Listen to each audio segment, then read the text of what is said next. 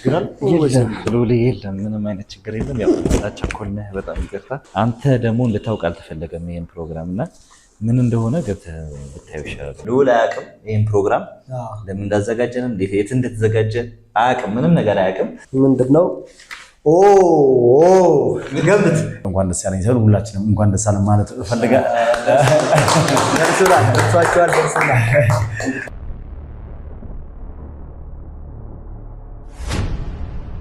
ሰላም ወደ ተመልካቾቻችን እንደምን ቆያችሁ? እንደምን አላችሁልን? ዛሬ እንግዲህ ባልተለመደ መልኩ እንግዲህ ስብሰባ በሚመስል ሁኔታ ነው ፕሮግራማችንን የከፈትነው። ሚኪ ነኝ። እንደምን አላችሁ? እንደምን ቆያችሁልን? ዛሬ እንግዲህ ሰሞኑን በነበሩት ቪዲዮዎቻችን በጣም የሚያስጨንቁ ቪዲዮዎች ነበሩ ስንለቅላችሁ የነበረው። በኮሜንቶቻችሁ ሀሳቦቻችሁን እንግዲህ እየነገራችሁን ነበርና ትንሽ የሚያስጨንቁ ሳምንታትን ነው ያሳለፋችሁት በእኛ ምክንያት። ዛሬ ደግሞ በሺ አማካኝነት ትልቅ የደስታ ቀን፣ ትልቅ የደስታ ቪዲዮ ይሆንላችኋል ብለን እናስባለን። ትልቅ ፕሮግራም ነው እንግዲህ 2 ሳምንት ያህል ነው የተጨነቅንበት። ይሻላል 2 ሳምንት ያህል የተጨነቅንበትን ፕሮግራም ነው ዛሬ ይዘንላችሁ የመጣ ነው። ለምንድን ነው ልዑል የሌለው? ምንድን ነው አስደሳችሁ ነገርስ የሚለውን ነገር ቆየት ብለን የምናየው ይሆናል። እስቲ አብራችሁን ቆዩ። እሺ እንግዲህ ብዙ ፕሮግራሞችን ሰርዘንብሃል ከዚህ በፊት ያው አጋጣሚዎች አመቺ አልነበሩም። በጣም ጊዜ ነበረ። እናንተ አባሉኛለሁ። አሁን አባሉኛለሁ። ቤተሰብ ሆናለሁ። ፈጣሪ እግዚአብሔር ይመስገን።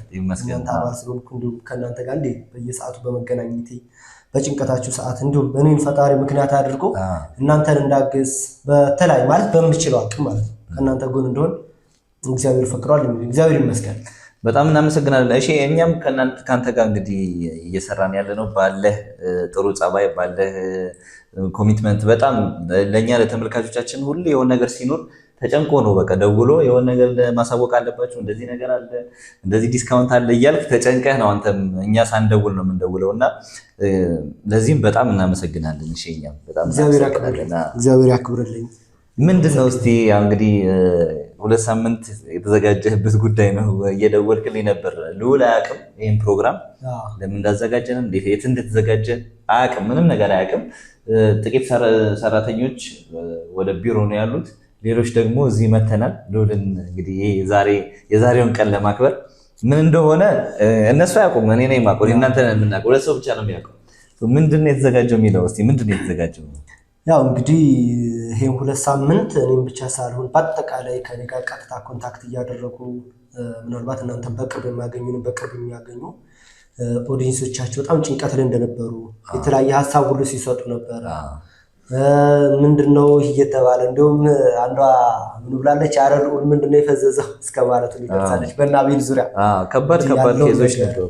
በጣም ጭንቀት ላይ እንደነበራችሁ እናውቃለን። እናንተ ብቻ አይደለም ሁሉም በዙሪያቸው ያለው ጸሎት ላይ ነበር እና ያ ሁሉ አልፎ እንግዲህ ዛሬ እዚህ ደርሷል እና ሁሌም ደግሞ የምንለው ያው ምንም ጥያቄ የለውም ልዑል ጀግናችን፣ ያው እሱ ሁሌም እግዚአብሔር ነው የሚጠብቀው፣ እግዚአብሔር ያድነዋል።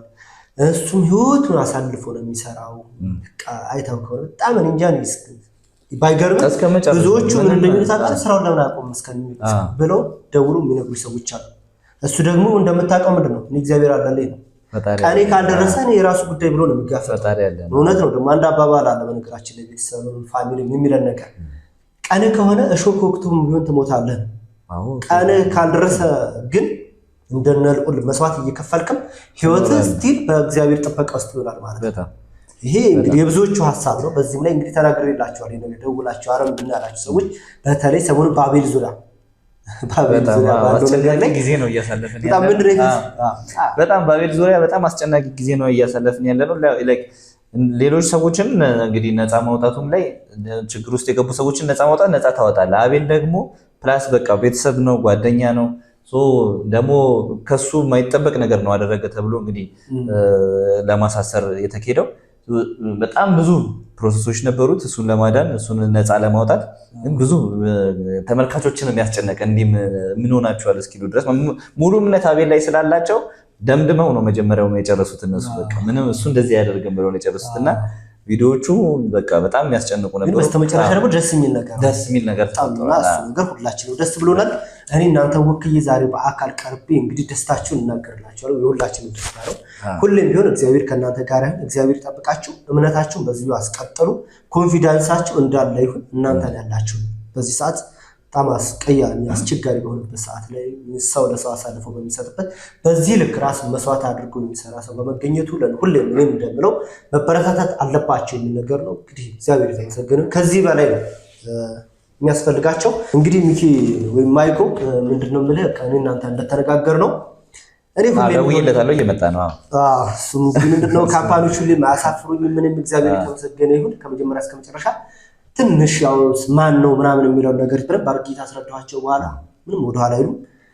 እግዚአብሔር የተመሰገነ ይሁን። ዛሬም እንግዲህ በእኔና በአንተ ንግግራችን መሰረት ያው ጥያቄው ተመልሶልን ተስተካክሎልን ተቀባይነት አግኝተን ያዘጋጀነው ነገር አለ። እንግዲህ ተመልካቾች እስከ መጨረሻው ድረስ ይሄንን ፕሮግራም እንግዲህ ዛሬ እውነት ለመናገር ልዑል በጣም እየለፋ ነው እየደከመ ነው።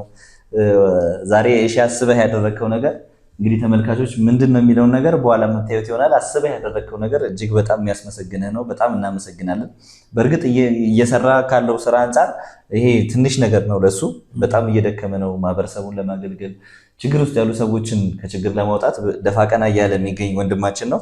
እሱን ለማገዝ ምንም ነገር ቢደረግ ምንም ኖርማል ነው ለሱ ከሚሰራው ስራ አንጻር።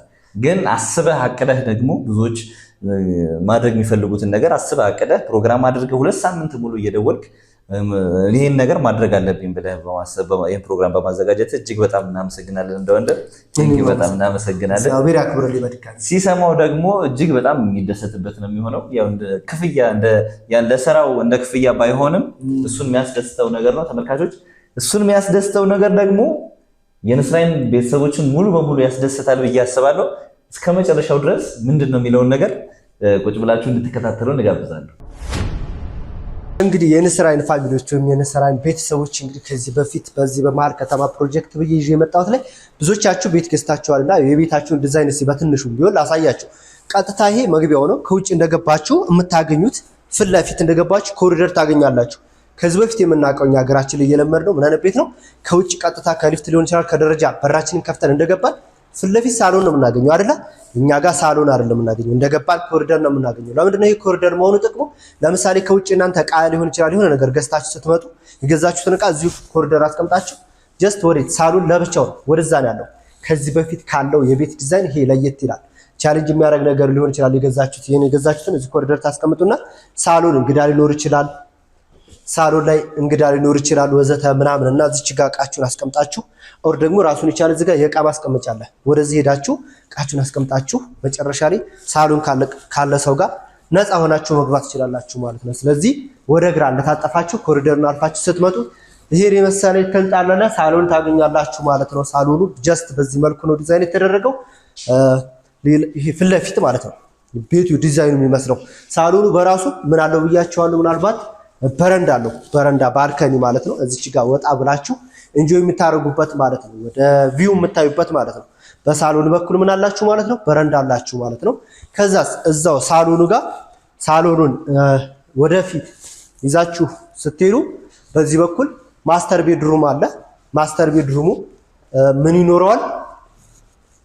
የራሱ ማስተር ባዝሩም ይኖረዋል ማለት ነው። ይሄን ይመስላል። ራሱ በጣም ሰፊ የሆነ ማስተር ባዝሩም አለ ማለት ነው። ይህ ሳሎኑን አልፋችሁ ከፊታችን ያለው መኝታ ቤቱ ማለት ነው።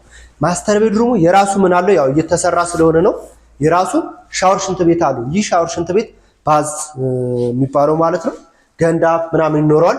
በዚህ መልኩ ነው ዲዛይን የተደረገው። ስለዚህ ይሄ ለምሳሌ ባለ 3 መኝታው ነው። ይሄ ሁለተኛው መኝታ ቤት ነው። እዚህ ጋር የምታዩት ማለት ነው። መኝታ ቤቶች ከፊት ነው ያሉት። እዚህ ጋር ያለው ደግሞ ምንድነው? ይሄ ማስተር ባዙር የመኝታ ቤቱ የሁለተኛው መኝታ ቤት ሻወር ሽንት ቤት ነው። ይሄ ጋር ሶስተኛው መኝታ ቤት አለ ማለት ነው። እዚህ ጋር ለብ የምትሉት ነገር ምንድነው? በደንብ እያንዳንዱ ስትራክቸራል ዲዛይን ኖትስ የምናደርገው የራሱ ምን አለው? ሲሊንግ ሄይቱ ማየት ትችላላችሁ። በጣም ረጅም ነው፣ ቁመቱ ሰፊ ነው። እያንዳንዱ ስላብ ቲክነሷ በሚገርም ዲዛይን ነው ዲዛይን የተደረጉት። በቻይኖች ሻውሹም የተባለ የቻይና ኩባንያ ነው እየሰራ ያለው። ይሄ ጋር ክሎዝድ ኪችን አለ። በፊት ለፊት በቀኝ ወደ ቀኝ ስትታጠፉ ማለት ነው ሰፊ የሆነ ክሎዝድ ኪችን አለ። ሌላስ አራተኛ እዚህ ጋር የሰራተኛ ክፍል አለ። ምኑ አጠገብ ኪችኑ አጠገብ ማለት ነው። ኪችኑ አጠገብ የሰራተኛ ክፍል አለ። በፊት ለፊቷ የራሷ ሻወር ሽንት ቤት አለ። እዚህ ጋር ቀድም ላይ እንደገባን እቃ ማስቀመጫም ይሆናል ሻወር ሽንት ቤትም ይሆናል። የሰራተኛ ክፍሏ ማለት ነው። ስለዚህ እዚህ ጋር ምናልባት እኛ ዲዛይን አደራረጋችን ወጣ ያለ ዲዛይን ያደረግነው ከዚህ በፊት የተለመደው ቀጥታ ሳሎን ነው የምትገቡ ብያቸዋለሁ። እዚህ ጋር ግን ሳሎን ሳትገቡ ኮሪደር ነው። ምንድነው ያንኛው የሳሎኑን በር ቀድም የነገርኳችሁን የሳሎኑን በር ዘግታችሁ ያንን ዘግታችሁ ሰራተኛዋ ወደዛ እንዳትመጣ ማድረግ ይቻላል። በሱ ጋር ብቻ ሙሉ ሽንት ቤቷን በዛው በራሷ በኩል ነው ያለው። ክሎዝ ኪችኑን በዛው በኩል ነው። ምግብ ማብሰል ካለባት አብስላ እዛው ጨርሳ ፋይናሊ ነው ወደ ሳሎን የምትመጣው ማለት ነው። ሶ በዚህ መልኩ ነው ዲዛይን ያደረግነው። ቤቶቻችን ይሄን ይመስላሉ። የለም ምንም አይነት ችግር የለም። ያው ቸኮልነህ በጣም ይቅርታ። እሺ እንግዲህ ያየው ነው። እሺ ውስጥ አለ ልጆቹም አሉ ማለት እንግዲህ እሺ ያዘጋጀው ፕሮግራም ነው። ከሁለት ሳምንት በፊት ነው ይሄን ፕሮግራም ለማዘጋጀት አስቦ የተዘጋጀ የነበረው። የግድ መምጣት ስላለብንና እሱን ማናገር ስላለብን ነው። በጣም ለፍቷል፣ በጣም እኛን ለማግኘት እና አንተ ደግሞ ልታውቅ አልተፈለገም ይሄን ፕሮግራም እና ምን እንደሆነ ገብተህ ብታየው ይሻላል። ስላቻኮልነህ ያው ይቅርታ። ያው ስራ ላይ ነው ግን ያው ግዴታ መምጣት ስላለብኝ ነው ስጠራኝ ነበር። ይሄ በቃ ከጀርባ የሆነ ነገር ማድረግ አጥተማ ምን ይደረግ ያው ከፍተኛ የሆነ እሺ መጥቷል። እሺ ሉሊ እሺ ጀግናው ሰላም በሉ ታውቃለህ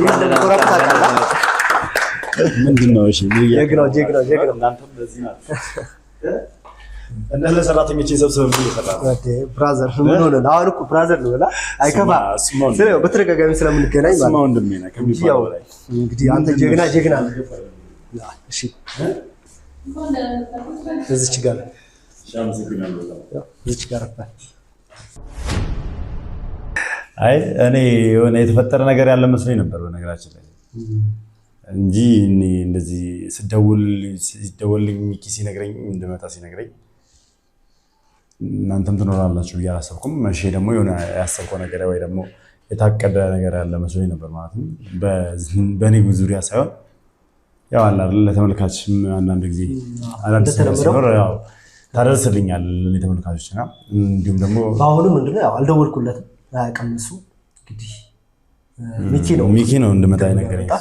ግን ለዛ ትንሽ ግራ የተጋባው ሌላ ጊዜ 3 ቀን 4 ቀን ተደዋውለን ፕሮግራም ይዘን ምናምን እንዲመጣ ያው ቢዚ ስለሚሆን እሱ ቢያንስ ፕሮሰስ ጨርሰን ምናምን ሰው ይዘን ስንመጣ የሚያስፈልጉትን ፕሮሰሶች ምናምን ጨራርሰን ነው የምንገናኘው። በስልክ ጨራርሰን ያለ ለዛም ብዙ ግራ ተጋባ።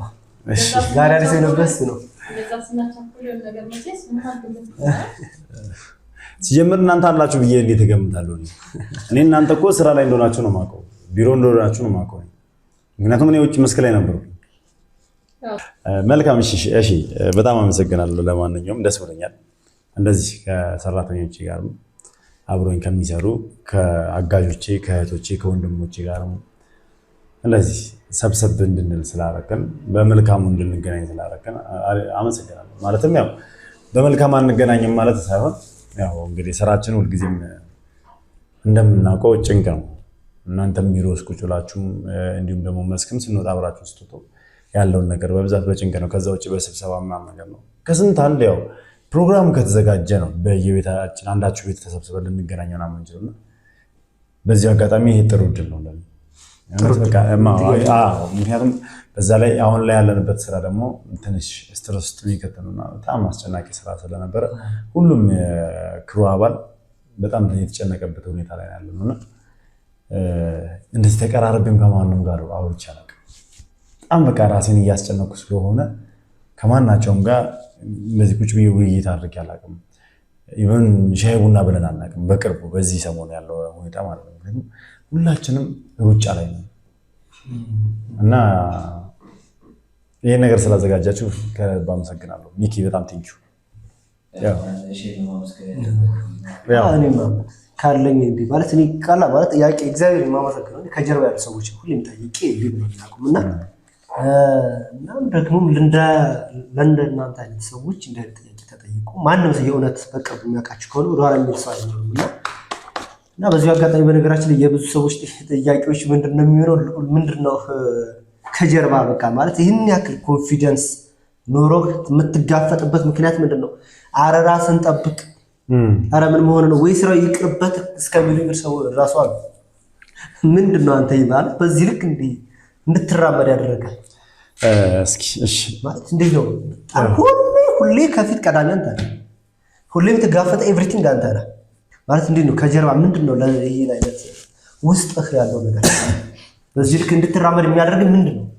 እሺ ያው ብዙ ጊዜ እንደውም ይሄን ስራ ለምን አትተውም የሚሉኝ ሰዎች ሁሉ አሉ። በቃ የሆነ ሰዓት ላይ በቃ ላፊስ ከመጋፈጥ የመጣ መሳሪያ ሲነሳ መሳሪያ ሲመዘዝ ፊት ለፊት ስጋፈጥ ለምንድን ነው ይሄን ነገር የምታደርገው? በቃ ለምን አትተውም? ለእናትህ ስትል እንኳን መኖር አትፈልግም? ምናምን ብዙ አስተያየቶች ይመጣሉ። ነገር ግን ይሄ ሁላ ኮንፊደንስ የመጣው እውነትን ከመያዝ አንፃር ነው። እዚህ ጋር ሁላችንም የምንሰራው ለእውነት ስንል ነው። ገባረን? ይሄ ቀላል ቃል አይደለም ማለት ማንኛችንም እኮ በዚህ እናምናለን፣ ግን በተግባርና ወሬ እውነትን ስትይዝ እውነትን በተግባር ነው እያሳየሃል። እሺ ምን አለ መሰለህ፣ ያው ተመልካችም እንዲያውቅ ነው ፈልገው እዚህ ጋርም ደግሞ ያላችሁ አባላቶች ታውቁታላችሁ፣ መስክም ትወጣላችሁ። እህቶቼ መስክ ይወጣሉ። በነገራችን ላይ ሴቶቹ መስክ ይወጣሉ ከኛ ጋር። ምክንያቱም መቀጣት አንዳንዴ ሴቶችን እኛ መንካት አንችልም፣ ወር ደግሞ ማስጨነቅ አንችልም። ሴቶችን ወንዶች ሆነን ማስጨነቅ አንችልም እና አንዳንዴ ላፊ ሲሆንብን ወስደን ለእነሱ ነው የምንሰጣቸው። ይጋፈጡታል ይሄን ነገር። ይሄ ሁላ ነገር እኔ ሚዲያ ላይ እንደዚህ ፊት ለፊት ስለወጣሁ እንጂ ከጀርባ ያሉ ሰዎች ከኔ ይብሳሉ። እንደዚህ በመጋፈጥ ከጀርባ ያሉ ሰዎች ከኔ ይብሳሉ። ምንም ነገር አይፈሩም።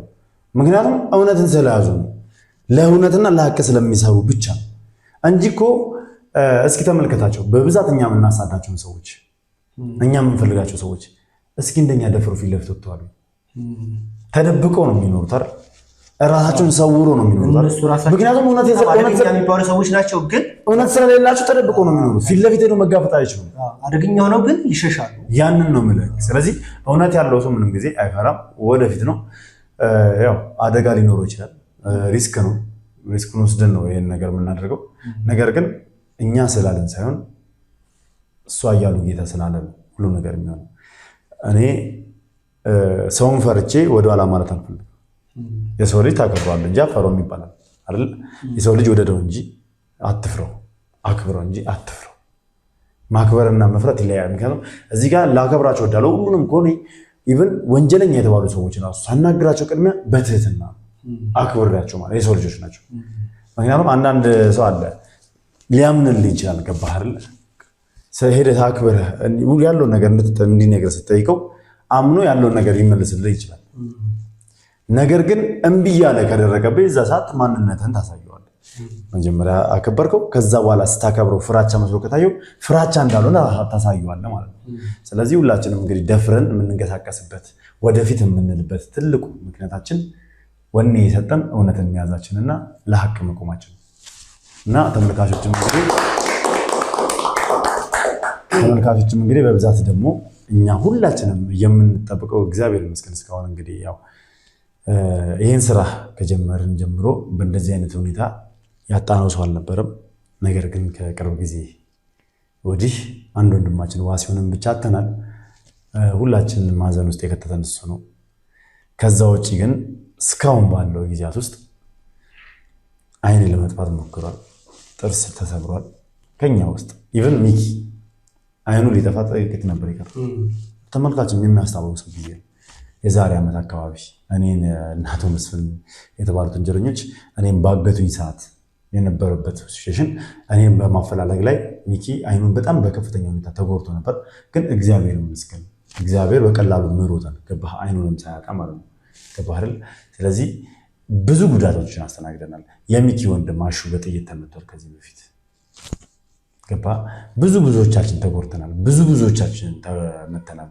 ነገር ግን የገጠመን እልፈተ ህይወት እንግዲህ ከዋሲሁን ውጭ እያለም ይህ ሁላ ነገር የሚሆነው በእግዚአብሔር ነው እና ይህም ደግሞ ጥበቃ እግዚአብሔር የሚያደርግልን በእኛ አይደለም፣ በእናንተ በተመልካቾቻችን ልመናና ጸሎት፣ ዱዓ ይህ ሁላ ነገር የሚደርሰው ገባረል እና አሁንም ክብረት ይስጥልኝ ማለት እፈልጋለሁ። ሁላችሁም እግዚአብሔር አምላክ ጸሎታችሁን እየሰማዋል እና ለዛም ደግሞ ማመስገን እፈልጋለሁ። ያው እንደምትሰቃዩ፣ እንደምትጨነቁ፣ እንደምትሳቀቁ አውቃለሁ እኛ በምናደርገው ነገር እኔ ፊት ለፊት በምጋፈጠው ነገር እና እናንተም እንግዲህ ይሄ ነገር የኔ ስሜት የራሳችሁ ስሜት አድርጋችሁ ስለምታስቡ የኔ ነፍስ የራሳችሁ ነፍስ እንደሆነች አድርጋችሁ ስለምታስቡ ነው ይሄ ሁላ ስሜት የሚሰማችሁ። ለዛም እግዚአብሔር ያክብርልኝ፣ ረጅም እድሜ ከጤና ጋር ይስጥልኝ። አመሰግናለሁ ማለት ፈልጋለሁ በዚህ አጋጣሚ።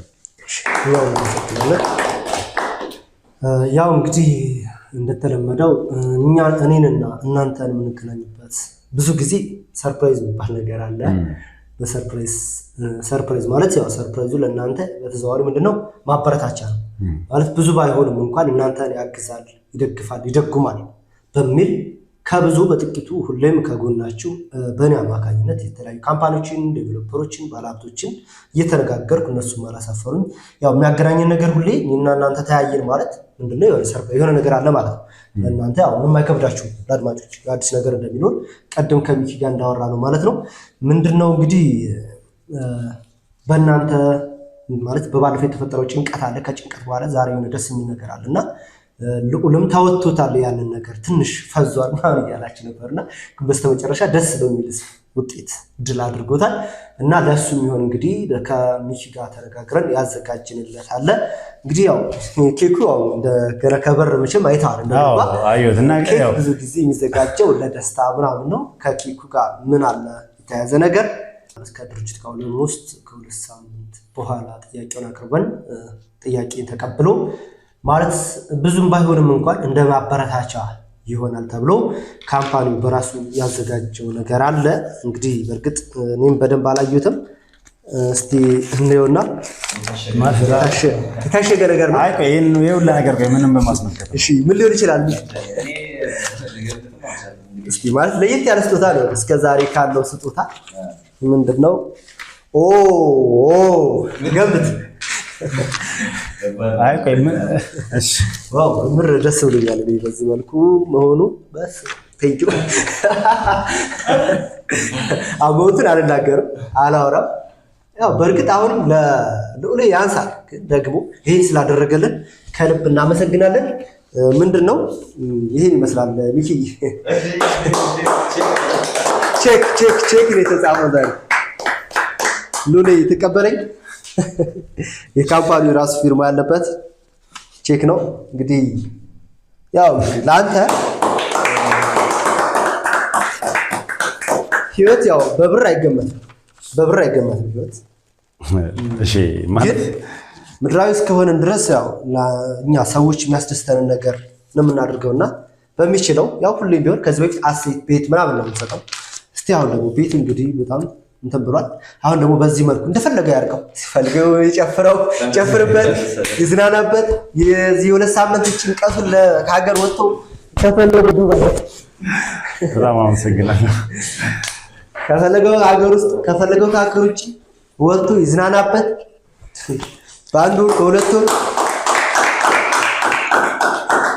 እና ሜሪት ከልብ እናመሰግናለን። ሜሪትን አመስግኑልኝ።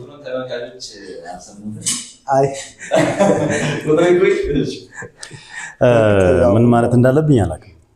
የሁላ ነገር ሲጀምር አያስፈልግም ነበር። ያው ሁልጊዜ ምን እንደምለው መቀበልን አልፈልግም። ሚኪም ታውቃለህ፣ ከዚህ ቀደም ብዙ ጊዜ እንደዚህ አይነት ነገሮች ይመጡልናል። ብዙ ጊዜ ምን እናርግልህ፣ ምን እንስጥህ የሚሉ ብዙዎች አሉና በተለይ ደግሞ ስራ ከሰራሁላችሁ ሰዎች አንዳችም ነገር መቀበል አንፈልግም። ምክንያቱም እኛ የምንሰራው ለራሳችን ለህሊናችን በሚል ነው እና እንግዲህ በዚህ መልክ ሰርፕራይዝ አድርጋችሁኛል። ምንም ማለት አልችልም። እግዚአብሔር ያክብርልኝ፣ እግዚአብሔር ይስጥልኝ ማለት ፈልጋለሁ። ነገር ግን ሁልጊዜ ምንድነው አይ ቲንክ ያው ይሄ እኔን ለማበረታታት የተዘጋጀ ነው ሚኪ አይደለ? ይሄ ገንዘብ ልዑል እየበረታ እየጠነከረ ምንም ነገር ሳይፈራና ምንም ነገር ሳይበገረው ወደፊት እያለ ነገሮችን ሶልቭ ያደርጋል፣ ችግሮችን ይፈታል፣ ከወንጀለኞች ጋር ይጋፈጣል በሚል እንግዲህ እኔን ለማበረታታት የተዘጋጀ ሽልማት ነው። ለዚህም እንግዲህ ድርጅቱን ሜሪትንም ከልብ አድርጌ ማመስገን እወዳለሁ። እሺም ብቻ ሳይሆን መላው የሜሪት ድርጅት ሰራተኞችንም ሱፐርቫይዘሮችን ስራ አስኪያጅና ባለቤቶችንም ጭምር በጣም ከልብ ማመስገን እፈልጋለሁ። እግዚአብሔር ያክብርልኝ። ምክንያቱም እኔን ስላከበሩ ነው ይህንን ነገር ያደረጉት፣ ይህንን ሽልማት ያዘጋጁት። ክብረት ይስጥልኝ ማለት እፈልጋለሁ። እንግዲህ ምንም ማለት አልችልም። ይሄ ስጦታ እቀበላለሁ፣ ወስዳለሁ። ነገር ግን ይህ ስጦታ የኔ ብቻ አይደለም፣ የመላው የቡድን ነው፣ የመላው የንስራይን ቤተሰቦች ነው። ሚኪም ዛሬ አንጀታችሁ ራሳ የእውነቴን ነው። የእውነት እንደውም እንደዚህ መሰባሰባችን ለእኔ ትልቅ ነገር ነው። ሚኪ ዛሬ ልናገር ቆመን ከምናወራ ብናርፈ ይሻል። ሚኪም እንድታውቅ የምፈልገው እናንተም እንድታውቁ የምፈልገው በአጠቃላይ በእኛ የንስራይን ቡድን ውስጥ ያላችሁ ልጆች በጠቅላላ ያው እዚህም ያላችሁ ከጀርባ አሁን ላይም ከጀርባ ያላችሁ አብራችሁኝም የመጣችሁ ስመጣ እንዲሁም አሁንም ቢሮ ላይ ስራ ላይ ያሉና መስክ ላይ በስራ ያሉ ሰዎች በጠቅላላ መረጃም ማስረጃ የሚያሰባስቡልን እያንዳንዳቸው የኛ ቤተሰቦች ሁላችሁም እውነት እኔ በእግዚአብሔር ስም ማመስገን እፈልጋለሁ። ሁላችሁንም ሚኪም ሁላችሁንም። ምክንያቱም እናንተም ህይወታችሁን ሰጥታችሁ ነው እዚህ ጋር እየተጋፈጣችሁ ያላችሁት ከኔ ጋር። እናንተም ለሐቅ የቆማችሁ ልባችሁ ንጹህ የሆናችሁ ሰዎች ስለሆናችሁ ከኛ ጋር ይህን ስራ እየሰራችሁ ያላችሁት እንጂ እንደ ማንኛውም ሰው በየተማራችሁበት ትምህርት በየተማራችሁበት ሙያ ሌላ ቦታ ሄዳችሁ ሪስክ የሌለው ስራ መስራት ትችሉ ነበር፣ ህይወታችሁን አደጋ ላይ ሳትጥሉ። አሁን ግን ሁላችሁም ሪስክ ወስዳችሁ ህይወታችሁን የእናንተንም የቤተሰቦቻችሁንም ህይወት አደጋ ላይ ጥላችሁ ይህንን ስራ የምትሰሩት በጣም ቀና ልብ ያላችሁና ለሰው ተቆርቋሪ ስለሆናችሁ እንግዲህ ይህ ሽልማት የኔ አይደለም የእናንተ ውጤት ነው፣ የእናንተም ጭምር ነው። ምክንያቱም እናንተ ባትኖሩ ነው ያልኖሩ፣ ጠባቂዎቼ ባይኖሩ፣ ጋርዶቼ ባይኖሩ፣ ሚኪ ባይኖር ከጎኔ እያንዳንዳቸው ኢንፎርሜሽን የሚሰበስቡ ልጆች እነዚህ እህቶች እንኳን ባይኖሩ እኔ ምንም ነኝ። እኔ ሁሌ መናገር የምፈልገው ምንድን ነው ሚዲያ ላይ ወጥቼ ፊት ለፊት የታየሁት እኔ ነኝ እንጂ ከኔ በላይ ደግሞ በጣም በርካታ ስራ የሚሰሩ ሰዎች አሉ የተሻለ ከኔ በላይ።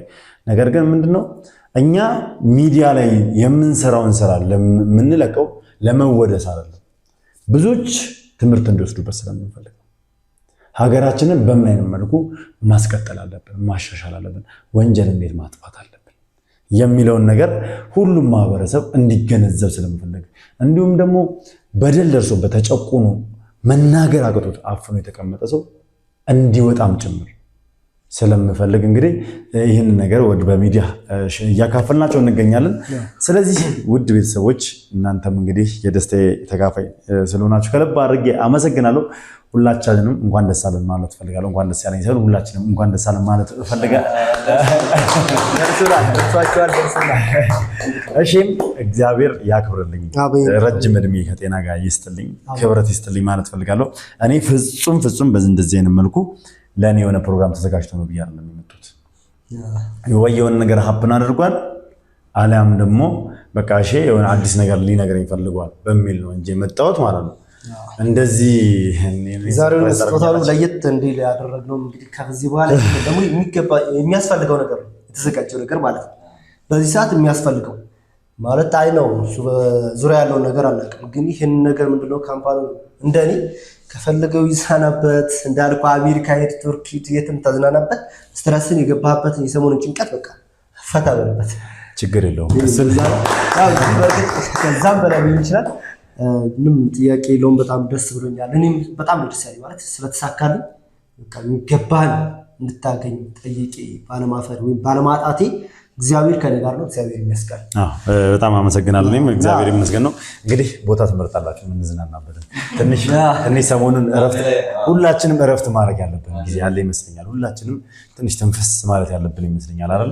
ነገሮች በጣም ለሁላችንም ስትረስ ውስጥ ሁላችንም ጭንቀት ውስጥ ስለከተተን ሁላችንም አንድ ላይ ቁጭ ብለን የሆነ ነገር አድርገን እሺንም ጋብዘ ነው እንግዲህ አንድ ላይ የምናሳልፍበት ይሆናል ማለት ነው። ፓስፖርት የለኝም ከሀገር ውስጥ ከሆነ አይ እኛ ከሀገር አንወጣም። ዋሊያ ነን እኛ ሀገራችንን ስለምንወድ ከሀገር አንወጣም። ለማንኛውም እዛ ከሆነ አለሁበት። አዎ ሰብሰብ ብለን አንድ ቆንጆ ፕሮግራም እንሰራለን። ተመልካችም እንግዲህ የኔ ደስታ ከፋይ ስለሆናችሁ በድጋሚ አመሰግናለሁ። እሺ እኔ እንግዲህ አንድ ነገር መናገር እፈልጋለሁ። ለእኔ ስጦታ ሲሰጠኝ ለተመልካቾችም ስጦታ እፈልጋለሁ እላለሁ ሁልጊዜ። እሱን አላሳፍርም። ምክንያቱም የምሬን ነው። እኔ ሁሌም ትንሽ ጠየቅ ግዴታ ነው። የሆነ ነገር ይኖራል ደግሞ በጣም አስደምመውናል። በነገራችን ላይ በጣም ለእናንተ ያልነገርኳችሁ ነገር ቢኖር ማለት ነው በዚህ 2-3 ስራዎች በእናንተ ለንስር አይኖች ባደረግነው ስራ የተሰጠን ኮሜንት የተሳተፈው ሰው የምር እኔ እንጃ። ይሄ እንትን ስጦታው ኬኩ ለእናንተም ጭምር ነው የሚቆረሰው ዛሬ። በጣም ነው ያስደመማችሁ። ብዙዎቻችሁ የመሀል ከተማው ፕሮጀክት በመባል ብዙ ቦታ ተወርቷል። የመሀል ከተማው ፕሮጀክት በዚህ ሰዓት ማለት ነው ያው ይታወቃል። መሀል ከተማው ፕሮጀክት ሜሪት በጣም በብዙ ብሎች ላይ በሰፊው ነው የመጣው። አመጣጡ በሰፊው ብቻ ነው ሳይሆን ለግዠሪ በሆነ መልኩ ነው የመጣው። ይህንን እድል የተጠቀሙ ከስተመሮች አሉ። ለነሱ ነው ከልባቸው ገብቷቸው የፈጠነ ተሳትፈው በጣም ለኔ ልክ ደስ የሚለው ነገር የሆነ ነገር ሰጥታ ነገ የሚያስመሰግን ሲኖሩበት የሚያስመሰግነኝ ነገር ሰጥቻቸዋለሁና ያንን ነገር ስለተቀበሉኝ ከልብ አመሰግናለሁ። ውስጥ በብዙ በሚባል ደረጃ ተሳትፎበታል። ኦፈሩ በሙሉ ተጠቅሞታል። እንግዲህ ዛሬ ምንድነው ይዤ የመጣሁት ምናልባት ስለ አዲስ ነገር ምንድነው በአጠቃላይ ህንፃው ወደ 4000 ሜትር ስኩዌር ላይ ነው የሚያርፈው። 4000 ካሬ ላይ ነው የሚያርፈው። እስከ 4ኛ ፍሎር ድረስ ቢዝነስ ሴንተር ነው። ሚክስድ ኮምፕሌክስ አፓርትመንት ነው የሚባለው። 5 እና 6 ፓርኪንግ አለ። 6ኛ ፍሎር ላይ መዋኛ ገንዳ፣ ስዊሚንግ ፑል፣ የተለያዩ ፋሲሊቲዎች አሉት።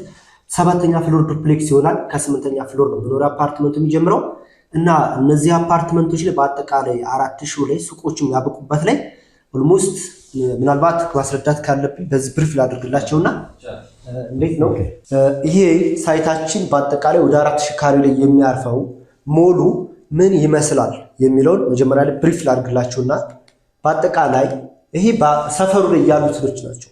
ሎኬሽኖቹ፣ አዋሳኝ መንገዶቹ ይሄ ነው። ህንፃው ይሄኛው ነው። ወደ 4000 ካሬ ላይ የሚያርፈው በአጠቃላይ እነዚህ ማለት ነው። እስከ 4ኛ ፍሎር ድረስ ምን ይሆናል? ሚክስድ ኮምፕሌክስ አፓርትመንት ቢዝነስ ይሆናል። 5 እና 6 ቀይ ሆነው የምታዩት ፓርኪንግ ነው። 6ኛ ፍሎር ላይ ለብቻው ተከፍሎ መዋኛ ገንዳ ምናምን ይሆናል። ከዛ በላይ መኖሪያ አፓርትመንቶቹ ይሆናሉ። በነገራችን ላይ ይሄ መንገድ ሆኖ የምታዩት ይሄ በአጠቃላይ ይሄ የሚታየው መንገድ ይሄ ወደ አብሮት ወይም ደግሞ ወደ ቤተ መንግስቱ ከቤተ መንግስቱ ፒያሳ የሚወስደው እዚህ ጋር የምታዩት ወንዝ ነገር አለች። እቺ እንትን የምትባለው አለች። ይሄ ኢንርኮ ይሄ ሰፈሩ ኢንርኮ ነው። ፊት ለፊት አራዳ ፓርክ ይጋለ። ይሄኛው በዚህ ጋር ወደ እንትን የሚያስኬዳል፣ ወደ ፒያሳ የሚያስኬዳል በሌላኛው መንገድ ማለት ነው። ይሄኛው ወደ ቤተ መንግስቱ ሳይቱ ያለው ይሄ ጋር ነው። ከጀርባ ማን አለ? ሞናርክ ሆቴል አለ። ከፊት ለፊቱ ይሄ አራዳ ፓርክ ነው። እዚህ ጋር ፍሬንድሺፕ ፓርክ አለ። በዙሪያው ምን አለ የምትሉት ይሄ ነው የመሀል ከተማው ፕሮጀክት በመባል የሚታወቀው። በዚህ ሰዓት ላይ በጣም በብዙ ማስታወቂያዎች ላይ የምታዩት አፓርትመንት ነው። ይህ ህንፃ በአጠቃላይ ስንት ህንፃዎችን ይዛል? 4 ህንፃዎችን ይዛል። ከዛ ምን አድርገናል? አሁን በጣም የንስር አይን እኛን ሳይቱን ከመውደዳቸው የተነሳ የተለያዩ ኦፈርን ከመጠየቃቸው የተነሳ በአጠቃላይ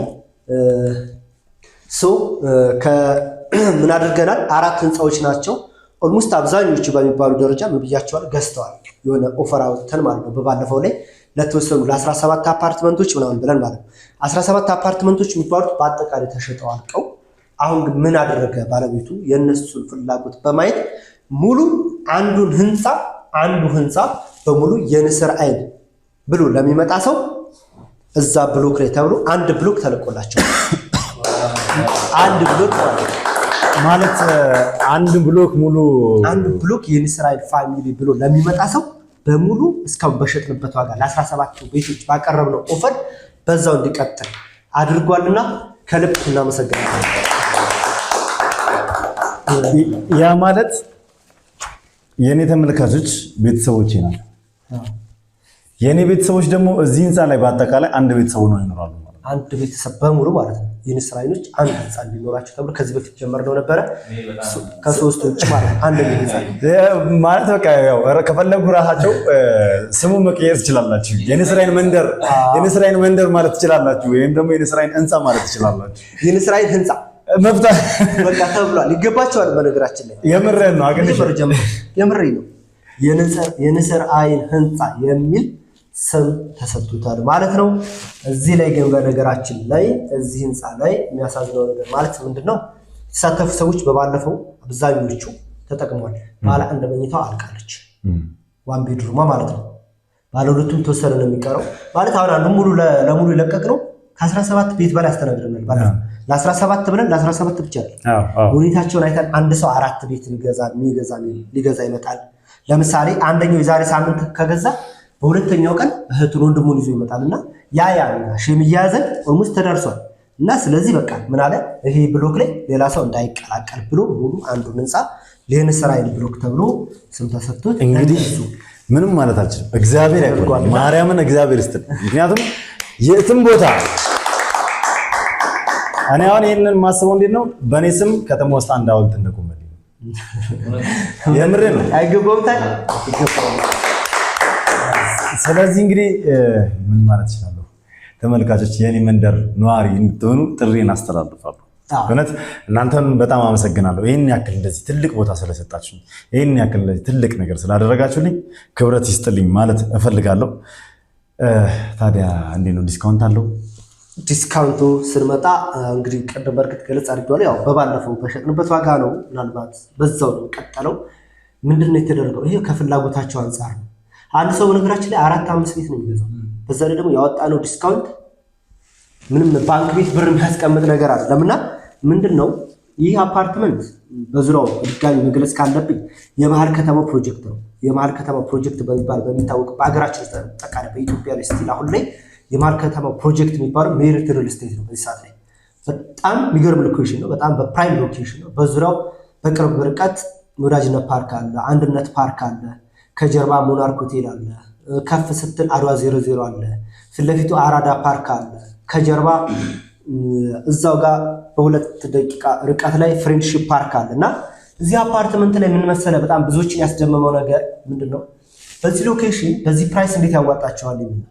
እኛ አሁንም ቢሆን ለንስር አይን ነው በዚህ ዋጋ እየሸጥን ያለው። የንስር አይን ቤተሰቦች ይህን ስለጠየቃችሁኝ ነው እንደዛ ምላችሁ። የንስር አይን ብሎ ያልመጣ ሰው በዚህ ዋጋ ይስተናገድ።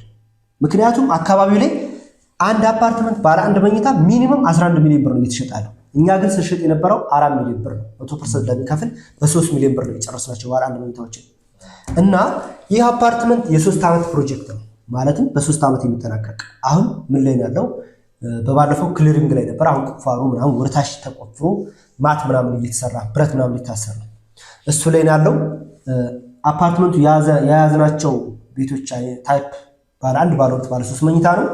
ባለ 2 መኝታው ቶታል ፕራይሱ 8 ሚሊዮን 500 ሺህ ብር በእንትን ካሬ ማለት ነው፣ በ95 ካሬ።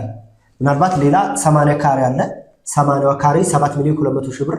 እሷ ላታቅም ትችላለች። ቶታል ፕራይሱ 7 ሚሊዮን 200 ሺህ ብር። የመጀመሪያ ክፍያ 720 ሺህ ብር 720 ሺህ ብር ከፍሎ የባለ 2 መኝታ የቤት ባለቤት መሆን ይችላል ማለት ነው። የት?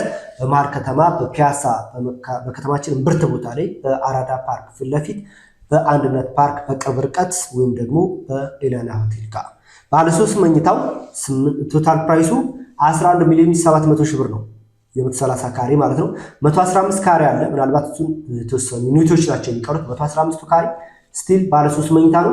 ቶታል ፕራይሱ ወደ 10 ሚሊዮን ብር አካባቢ ነው።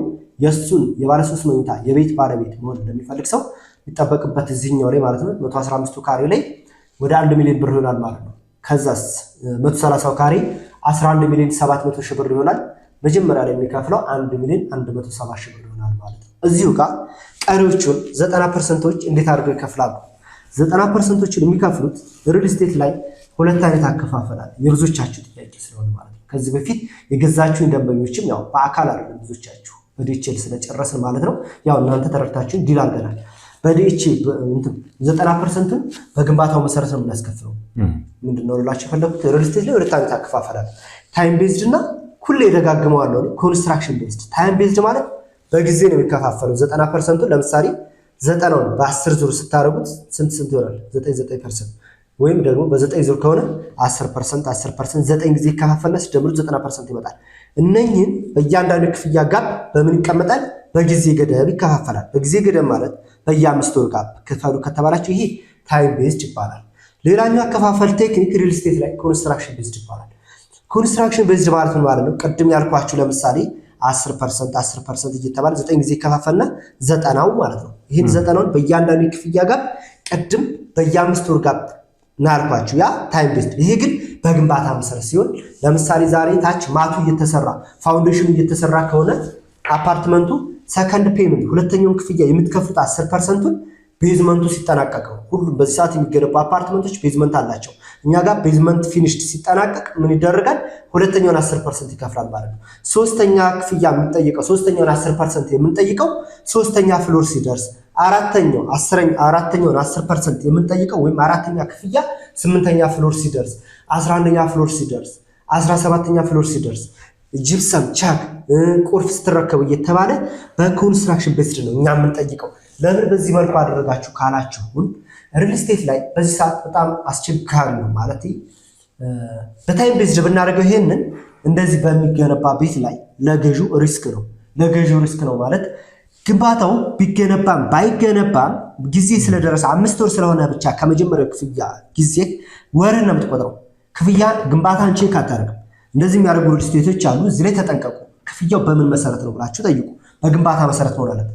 አንዳንድ ሪል ስቴቶች እንደዛ ስለሚያደርጉ ነው የመገንባት ኮንፊደንስ የሌላቸው ሪል ስቴቶች በታይም ቤዝ ያደርጉና በጊዜ ገደብ ይከፋፍሉታል። እናንተ ውላችሁ ላይ የምትፈራረሙት ምንድነው? በየ5 ወር ጋር ትከፍላለሁ ብላችሁ ጊዜ ስለደረሰ ብቻ ትከፍላላችሁ። ቢገነባም ባይገነባም ይሄ ለዴቨሎፐር የብር ስብሰባ ነው የሚሆነው። ይሄ ሪስክ አለው ለገዢው። እኛ ግን ይሄንን ካምፓኒ ስመርጥ በዚህ መልኩ መሆኑ ምንድነው? ስለዚህ ለምሳሌ አራተኛ ክፍያ ስትጠይቅ ግንባታው 10ኛ ፍሎር ወይ 8ኛ ፍሎር መድረስ አለበት ማለት ነው እሱ። ስለዚህ ብሩን ለመቀበል ሲል ካምፓኒ ቀድሞ ገንብቶ ማሳየት አለበት ማለት ነው። ይሄ በጣም ካምፓኒዎች ኮንፊደንስ ሲኖራቸው የሚመርጡት ያከፋፈል ስነ ስርዓት ነው። በዚህ መልኩ ነው ቤታችሁን የምትረከቡት። በ3 ዓመት ነው። እዚሁ ጋር ሌላኛው ምናልባት ስለጀመርኩት በማለት ማስገባው ነገር ዲስካውንት አለን። በእርግጥ አሁንም ቢሆን የነገርኳችሁ ዋጋ አካባቢው ካሉ ሪል ስቴቶች በፐርሰንት ከ40% ያላነሰ ያልበለጠ ዲስካውንት ነው። ያንን ስል ምን ማለታቸው? ባለ 2 መኝታ እኛ ጋር ስንት ነው ብያቸዋለሁ? 7 ሚሊዮን 200 ሺህ ብር ነው እየተሸጠ ያለው። መጀመሪያው ክፍያ 720 ሺህ ብር ነው ለ80 ካሬ ማለት ነው። 95 ካሬ 8 ሚሊዮን 500 ሺህ ብር ነው። ባለ 1 መኝታ ራሱ በዚህ ዋጋ አታገኙ ማለት ያለምንም ማጋነን ማለት ነው። ዲስካውንታችን እንዴት ነው ያደረግነው? አሁንም ቢሆን ቀጥታ ብዙ ደንበኞች ካሽ ብር አላቸው። የት? ባንክ ቤት ያስቀምጣሉ። ብር ባንክ ቤት ሲቀመጥ ቫሉለስ ነው፣ ይወድቃል ከነገ ዛሬ 5 ሚሊዮን ብር ያለው ምናልባት ከ4 ወር ከ5 ወር በኋላ ዲሲሼት አድርጎ የ200 የ300 ሺህ ብር ቫሉ ቀንሶ ነው። አሴት ላይ ስታደርገው የ200 የ300 ሺህ ብር ብቻ ሳይሆን የ1 ሚሊዮን ብር ጭማሪ በአንድ ወር አሳይቶ ነው የምታየው። ምንድነው እኛ ጋር ለምሳሌ የምንጠይቀው ትልቁ ክፍያችን አንድ ሰው እኛ ጋር የቤት ባለቤት ለመሆን የሚፈልግ ትልቁ ባለ 3 መኝታ ላይ 1 ሚሊዮን 100 ሺህ ብር ብቻ የሚጠበቅበት። ግን ከዚህ በላይ ባንክ ቤት ብር ቢኖረው ይሄ ሰውዬ እኛ ጋር ዳውን መክፈል ቢፈልግስ አትርፎ ለከፈለው ዲስካውንት እንሰጠዋለን ማለት ነው። ለምሳሌ እዚሁ ጋር 100% ባለ 3 መኝታው ለምሳሌ ባለ 2 መኝታው ባለ 1 ስላለቀ ማለት ነው ተወሰነናለው አለ ባለላችሁ ይሻላል። ብዙዎቹ ተሳትፋችሁበታል። 8 ሚሊዮን 550 ሺህ ብር የነበረው ቶታል ፕራይስ 30% ዲስካውንት ሰጥተናቸዋል። ለንስር አይን ብሎክ ወይም ደግሞ ለንስር አይን ፋሚሊዎች 8.5 የነበረው 5 ሚሊዮን 980 ሺህ ብር ነው ማለት ነው። 5 ሚሊዮን 980 ሺህ ብር ባለ 2 መኝታ በፒያሳ ወይም ደግሞ ፒያሳ ስላቸው ይሄ ምንድነው ለ4 ኪሎ በፒያሳ ለ4 ኪሎ መካከል ነው የሚገኘው ሎኬሽኑ ማለት ነው። በመሃል ከተማ ላይ ማለት ነው። በ5 ሚሊዮን 985 ሺህ ብር የባለ 2 መኝታ የቤት ባለቤት መሆን ትችላላችሁ። ባለ 3 መኝታ ውስጥ 11 ሚሊዮን 700 ሺህ ብር የነበረው 100% 30 ኦፍ ሲደረግ 100% ለሚከፍል ነው። ታዲያ እዚህ ጋር ስንት ይሆናል? 8 ሚሊዮን 100 ሺህ ብር ማለት ነው። እነዚህ ለ130 ካሬ እና ለ95 ነው ምሳሌ ሰጣችሁ። 80 ካሬ እና 115 ካሬ ስትገዙ ደግሞ ይቀንሳል። ይሄ 30% ለማን ነው? ኦንሊ ለንስር አይን ቤተሰቦች ብቻ ሙሉ በሙሉ ለንስር አይን እንጻ ምንም ማለት አልፈልግም። ደጋግሜም ከዚህ በፊትም ተናግሬያለሁ። ሁልጊዜም እናንተም እያደረጋችሁልኝ ያላችሁት እኔም የሚያበረታቱኝ ተመልካቾች ስለሆኑ ከጎኔ ሆነው አለን በርታ ጠንክር የሚሉኝ ተመልካቾቼ ስለሆኑ ለነሱ እንደዚህ አይነት ነገር ይዛችሁ ስለምመጡ ከልብ አድርጌ አመሰግናለሁ። ከዛ ባሻገር ደግሞ አሁን የሰጣችሁኝ ነገር ለነሱ ብቻ አይደለም፣ ይሄ ለእኔ ትልቅ ክብር ነው። በተለይ የንስራይን ብሎክ ወይ ደግሞ የንስራይን ህንፃ የተባለው አንደኛው ህንፃ በእኔ ስም የተሰራው እንግዲህ በእኛ ቡድን ስም እንግዲህ ለእኛ ተመልካች ብቻ እንዲሆን የተደረገው ትልቅ ለእኛ ክብር ነው። የእውነት በህይወት ዘመናችን ልናገኘው የማንችለው ትልቅ ክብር ነው። እናንተም እንግዲህ ውድ ተመልካቾች በብዛት ታከብሩኛላችሁ፣ ትወዱኛላችሁ። በርካቶቻችሁ እኔም መደገፍ ትፈልጋላችሁ። አሁን ደግሞ እንደዚህ በሚዲያ መከታተላችሁ ብቻ ሳይሆን ይህንን ቤት በመግዛት በእኔ መኖሪያ መንደር እንድትኖሩ ፈልጋለሁ። ያው በልባችሁ ውስጥ እንዳስቀመጣችሁኝ አሁን ደግሞ ይኸው በንስራይን ብሎክ ውስጥ እንድትኖሩ ጥሬን አስተላልፋለሁ። ለዚህም ደግሞ ትልቅ ዲስካውንት ተደርጎላችኋል። ይህንን የዲስካውንት አማራጭ ተጠቅማችሁ እንግዲህ ፈጠን ብላችሁ እቺ አንድ ብሎክ ሳታልቅ ማለትም እቺ አንድ ህንፃ ሳታልቅ የንስራይን ህንፃ ሳታልቅ ሁላችሁም ተሻምታችሁ የቤት ባለቤት እንድትሆኑ እንግዲህ ጥሬን አስተላልፋለሁ። ወደፊት ቁጭ ብላችሁ ሁላችሁም ሻይ ቡና እያላችሁ ሊሆን ይችላል ጎረቤታሞች፣ እንዲሁም ደግሞ በዓል ሲደርስ እኔን እያነሳችሁ እኔን እያስታወሳችሁ እንዲሁም ደግሞ እየዘከራችሁ ማለት የሚቻላል እንግዲህ እያመሰገናችሁ እያበረታታችሁኝ ቁጭ ብላችሁ የምታወሩበት ጊዜ ቅርብ ነው ማለት ነው።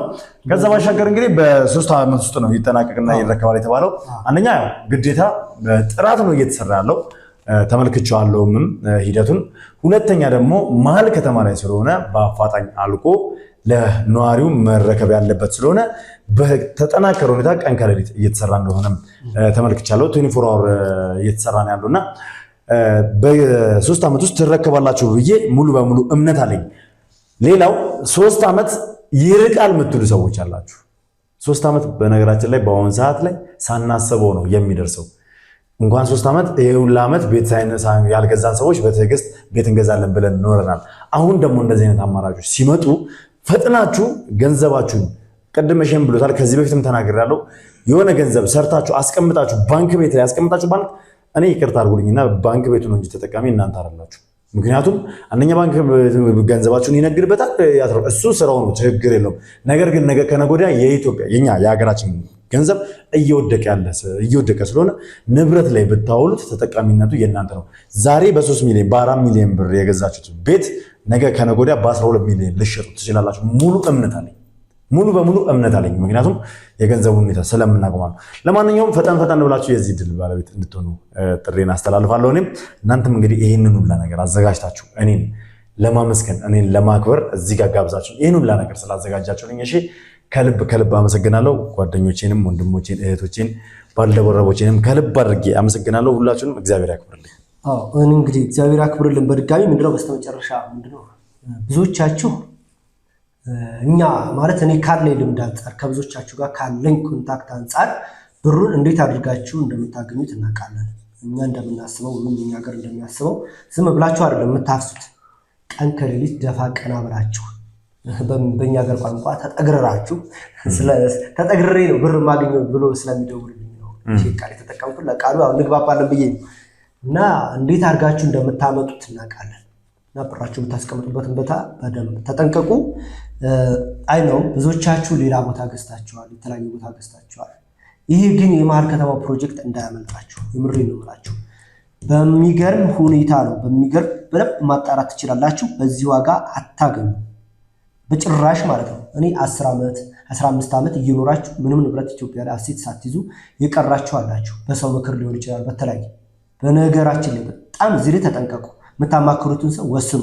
እኛ በዲኤችኤል እንጨርስላችኋለን። እግዚአብሔር ነው ብላችሁ እዚህ ያለ አማካሪ የሚባሉ ሰዎች እንግዲህ እናንተ ራሳችሁ እኮ ማየት ትችላላችሁ። በ10 ዓመት ኖራችሁ እንዴት ነው የሆነ አሴት የማትይዙት እንዴ?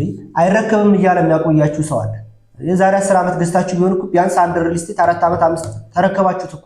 እንደዛ እያለ ግን የእናንተን ብር እየተጠቀመባችሁ ነው ያለው እዚህ ሀገር ኢትዮጵያ የሚኖር ሰው። ይህንን በደንብ አድርጋችሁ ተጠቀሙ።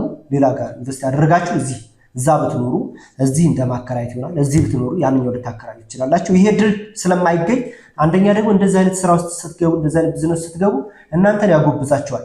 አንዷ እህቴ ከዚህ በፊት ከ3 ወር ከ4 ወር በፊት ነው ቤት እዚህ ፒያሳ ላይ ሽጬላት፣ እሺ በጣም አንተ ለእኔ እንትን ነህ የምትለኝ መልአክ ነህ የምትለኝ ከዚህ በፊት 100,000 200,000 እያልኩ ለቤቴ ለእህቴ ስትታመም ልደት ምናምን ሲኖር እየወተፍ ያለምንም ልምደት ነው ብላችሁ 13 ዓመት ቆይቼ። አሁን ግን ልክ እዚህ ቢዝነስ ላይ ስትጀምር ሾር ቀጥ ብላ ይሄ ነው እያሳሰባት ያለው። ምን ልላችሁ ፈልጎኝ ነው ልክ እንደዚህ አይነት አሴት ላይ ብር ኢንቨስት ማድረግ ስትጀምሩ ኮሚትመንት ውስጥ ጨምራችኋል። ዳይሬክት መስመር ትይዛላችሁ እና ይህን እድል አያምልጣችሁ። ይህ ቦታ ለኢንቨስትመንት የሚሆን ቦታ ነው። ሌላኛው ምንድነው ቅድም ልቁሌ እንዳለ ብዙዎች ጥያቄ ነው ይሄ ቶሎ መረከብ አለመረከብ የሚለው ነው። እኔ ይሄን ሳይት ይዤ የመጣሁት የመሀል ከተማ ፕሮጀክት ላይ እኛ ዲል ያደረገው ምንድነው የመሀል ከተማ ፕሮጀክት ነው። በዙሪያው የተለያዩ ፓርኮች እየተሰሩ ነው። ምንድነው መንግስት እዚህ አካባቢ ያሉት በአጠቃላይ የተጀማመረ ፕሮጀክት በዚች 2-3 ዓመት ውስጥ እንዲጠናቀቅ ብሎ አዋጅ አውጥቷቸው በጣም አስጨንቋቸዋል። ስለዚህ እናንተ ስላላችሁ አይደል ይሄ ቦታ እንዳይወረስባቸው ቀጥታ እያደረጉ ነው፣ እያፋጠኑት ነው። ለራሳቸው ሲሉ ነው የሚገነቡት። ይሄ እንዳያሳስባችሁ። በዛ ላይ ይሄ 3 ዓመት የሚባለው ነገር የረዘመባችሁ ሰዎች ይሄ ምንድነው ልበላችሁ ኢፈርት ቻሌንጅ እንትን ያደርጋቸዋል። ቢዝነስ ድፍረት ይፈልጋልና ሁልጊዜ እኛ ሀብታሞችና ደሆችን የሚያለያየን ምንድነው ታውቃላችሁ? የድፍረት ጉዳይ ነው። ብዙ ሀብታሞች ብዙ ላይ ከፍ ያሉ ሰዎችን ጠጋ ብላችሁ ከጠየቃችኋቸው ደፋርና ጎሄድ ወደፊት ስለሚሄዱ ነውና አሁንም ካሳለፍነው ጊዜ አንጻር ከፊታችን ያለው 3 ዓመት 3 ቀን ማለት ነው ሳናቀው ነው የሚደርሰው። ይሄንን ተጠቀሙበት። የመጨረሻ እድል ነው። የምሬን ነው ብላችሁ ይሄንን በደንብ አድርጉ። ከቻላችሁ ኦፈሩን ብትጠቀሙ 30%፣ በነገራችን 100% ብቻ ነው። ከ30% ጀምሮ ስትከፍሉ የቤታችሁ ዋጋ ከ200-300 ሺህ ብር ጀምሮ ይቀነስላችኋል። እስከ 4 ቢሊዮን ብር የሚደርስ ቅናሽ የሚደረገው። እንግዲህ ውድ ቤተሰቦች ፈጠን በማለት የዚህ ዕድል ተጠቃሚ እንድትሆኑ ጥሪን አስተላልፋለሁ። ሌላው አንድ የመጨረሻ ነገር መናገር ፈልጋለሁ። ያው መልካም እሺ፣ እሱን እንትን በል። ለመጨረሻ መናገር የምፈልገው ነገር ምንድን ነው? የዚህ የንስር አይን ህንፃ የቤት ባለቤት መሆን የምትፈልጉና ቤት መግዛት የምትፈልጉ ተመልካቾች የትም ቦታ እንዳትደውሉ፣ እሸቴ ጋር ብቻ እዚህ ቪዲዮ ላይ ያለው ስልክ ቁጥር ላይ ብቻ ኢቭን በአካል ሜሪት ሪል ስቴት መታችሁ ቢሮ ኦፊስ ድረስ መታችሁ ራሱ ለመግዛት ከፈለጋችሁ እሱን ራሱ ካላገኛችሁ ከማንም ጋር ዲል እንዳታደርጉ። ምክንያቱም ይህንን ሁላ ድካም እየደከመ ያለው በእኛ ስም እየሰራ ለእኛ እየለፋ ያለው እሸቴና እሸቴ ነው። እኛንም ለማንገስ እኛንም ለማክበር ደፋ ቀና እያለ ለእኛ ክብር እየሰጠን ያለው ወንድማችን እሸቴ ነው። ስለዚህ ይህንን ነገር ይህንን እድል የምታገኙትም ይህንን የንስር አይን ህንፃም የቤት ባለቤት ለመሆን ስትሉ ቀጥታ መደወል ያለባቸው እዚህ ቪዲዮ ላይ ያለው ከዚህ ቀደም ምናምን ያሉት ቪዲዮዎች ላይ አይደለም፣ እዚህ ቪዲዮ ላይ ያለው ስልክ ቁጥር ላይ ብቻ ደውላችሁ እሸቴን ማናገር ትችላላችሁ። ይሄን ማለት ፈልጋለሁ። ሌላ ሚኪ ማለት የምትፈልጉት ነገር ካለ በሉና እንዝጋው። እኔም ስራ ጥዬ ነው የመጣሁት መንቀሳቀስም ስላለብኝ እሸቴም እንግዲህ ይሄን ሁላ ነገር አዘጋጅታችሁ ስላላችሁ እናመሰግናለን። ክብረት ስትልኝ ማለት ትፈልጋለሁ። ጥሪና ክብረህ እንደተለመደው በትህትና ስለመጣ ከልቤ አመሰግናለሁ። ምክንያቱም እንዳዘጋጁለት ምናምን አያውቅም፣ ግን እኔ ትህትናውን ነው የሚያሳዩና እግዚአብሔር ያክብርልኝ። አሜን። እኔም እግዚአብሔር ያክብርልኝ ማለት ፈልጋለሁ። እንግዲህ ውድ ቤተሰቦች ይህንን ቪዲዮ እኔ ባልጀምረውም ያው ወደ ስራ መመለስ ስላለብኝ ቪዲዮን ግን እኔ ልቋጨው። እንግዲህ አብራችሁን ስለቆያችሁ ከልብ አድርጌ አመሰግናለሁ። በያላችሁ በሰላም እግዚአብሔር ከሁላችሁ ጋር ይሁን። አዲስ ሆናችሁ ካላችሁ ሰብስክራይብ እያደረጋችሁ ቤተሰብ መሆናችሁን አትርሱ። እንዲሁም ሀሳብ አስተያየታችሁን ኮሜንት ላይ ጻፉልኝ። ቪዲዮን ላይክ፣ ሼር እያደረጋችሁ ለብዙ ሰው እያደረሳችሁ ብዙ ሰዎች እንዲማሩበት ማድረግ ትችላላችሁ። በያላችሁበት ሰናይ ጊዜ